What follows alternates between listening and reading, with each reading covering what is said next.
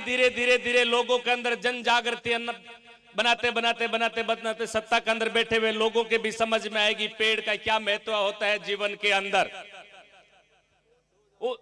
2024 18 जुलाई 2024 से लगातार अनेकों प्रकार के उतार चढ़ाव, चाहे बीच के अंदर नवंबर 2000 जो पीछे के अंदर जो राशि सर का पड़ाव था 24 के अंदर, वो भी इसी राजस्थान सरकार के कहने पर पूज्य संतों को वहां पर बुलाया गया था कि हम कानून बना दें।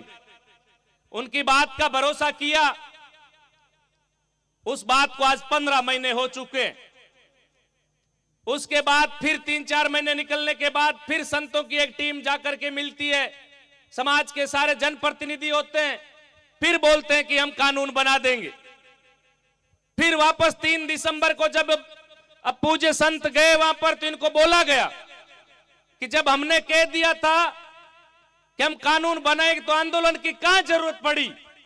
तो मैं कहना चाहता हूं कि आपके ही सत्ता के अंदर बैठे हुए आपके ही मंत्री जो कानून मंत्री आते हैं, वो लूणी विधानसभा से आते हैं, खेजड़ली गांव से जहां चुनाव जीत करके आए, जहां 363 लोगों ने पेड़ों के लिए बलिदान दिया है, उस धरती से आने वाले आपके ही विधानसभा के संसदीय मंत्री जोगाराम जी पटेल ने प्रेस कॉन्फ्रेंस के अंदर कहा था कि राजस्थान सरकार ने जो आज की कैबिनेट की बैठक हुई है उसके अंदर हमने ये तय किया कि पर्यावरण प्रेमी लंबे समय से मांग कर रहे थे कि 100 रुपए का जो जुर्माना 1955 में बना था हम उसको बढ़ा करके 10 गुना करके 1000 करेंगे। तब सभी संतों ने सबने बैठ करके इनसे बात करी, गुरुदेव सबसे, कि अपन मिलकर के आए, तब हमें यह बात बोली गई। उस बात का आज जो कैबिनेट की बैठक के बाद सबसे एक्साइटिंग बात बताऊं, आपको ये लोन एक बारी में लेने की जरूरत नहीं, आप ये 10। तब सबने कहा भाई एक बार सरकार को अपन मुकाम के अंदर 19 दिसंबर की जब महापंचायत बुलाई जाती है, फैसला लिया जाता है कि राजस्थान के अंदर एक साथ सारे उपखंड अधिकारी से जहां जिला अधिकारी है वहां से लेकर के सब जगह हम ज्ञापन देंगे, सरकार को समय देंगे भाई 2 फरवरी तक हम जन जागृति अभियान चलाएंगे, उससे पहले आप कानून बना दीजिए वरना 2 फरवरी को हम महापड़ाव निश्चित काल की ओर बढ़ेंगे। वहां से 1 महीने का समय दिया, सरकार की तरफ से कोई ऐसा निमंत्रण वार्ता के लिए नहीं आया। फिर गांव गांव 7 तारीख से जन जागरण अभियान शुरू किया। 2 फरवरी को हजारों हजार लोग बीकानेर की धरती पर आए इन पेड़ों को बचाने के लिए। फिर लगातार आमरण अनशन चला, सारी चीजें हुई और कल पूज्य संतों को वहां पर बुलाया गया। इनके सामने जो गुरुदेव ने अभी बताया वो लेटर इनके हाथ के अंदर है, जो बीकानेर के संभागीय आयुक्त का लिखा हुआ लेटर है।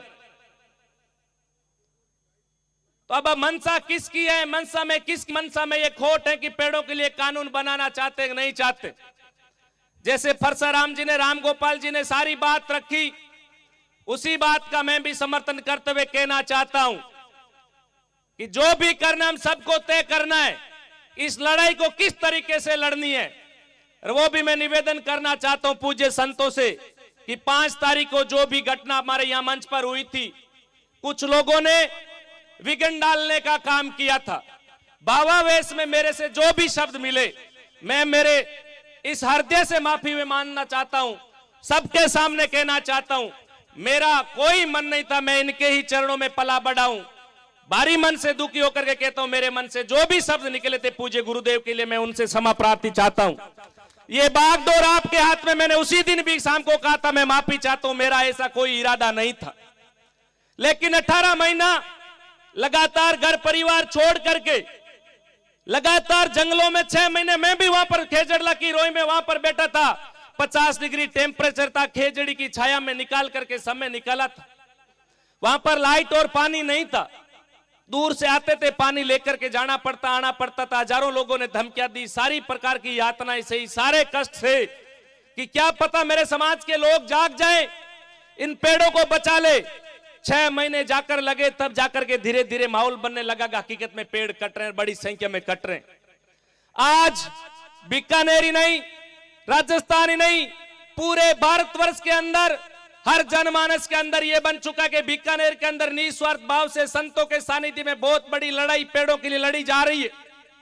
36 कौम के लोग आपको साथ देने के लिए तैयार है।